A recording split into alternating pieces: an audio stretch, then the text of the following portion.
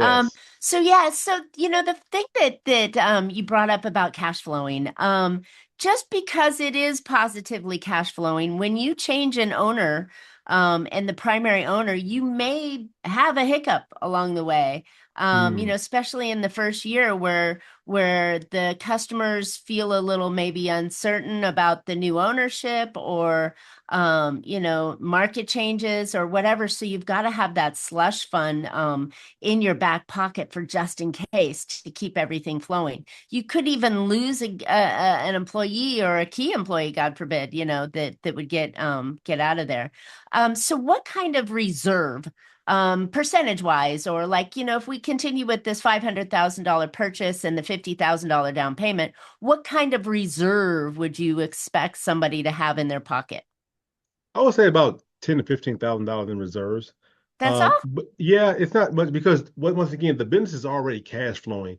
And what you've done is you look at the numbers and you make sure, okay, if it's cash flowing, how much of the owner am I making on this business already? So you already going to have cash flowing in your pocket for you as the owner. So we look at it's called EBITDA.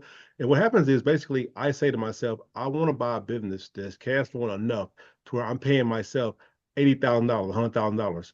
That's going to a lot of numbers. We got to research on that, but that's kind of going into it. So day one, when you own that business, you're making money already as an owner. We put that in the number process, the purchase process, to make sure it's cash flowing enough to make money for you. We always want to make sure it's cash flowing at least 45 cents over each dollar. So basically, we don't want to buy a business that's cash flowing 1 to 1, where you're making $100, but you're going out $100. Want to make sure it's That's about right. 45% over. That way, that Okay. also covers your salary going into it. So day one, you're making a salary on this business.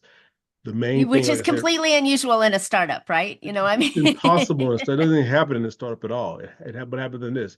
And this is the things we talk about when we're buying a business is making sure it cash flows enough to cover what you want as a business owner. Sometimes you be strategic and say, okay, I'm gonna take a little bit less and grow it in the next couple of years, or I'm going to take it all up front and keep it going. But you want to make sure when you buy the business, it's cash flowing enough to where, because you're going to have to commit a lot of time, effort to this once it's purchased. So you want to say to yourself, can I commit enough time and effort to take care of this business at the same time, pay myself enough to take care of my family? But as Mhm. any business owner knows, whether you're a startup or whether you're acquiring a business, it's going to take time to get to where you need to go to and be smart about it. So we talk about all these things when we talk about buying a business. Everyone will pick $1 million. I get that, but what's realistic? What can you really make on acquiring a business? So we go through all that process also. Exactly.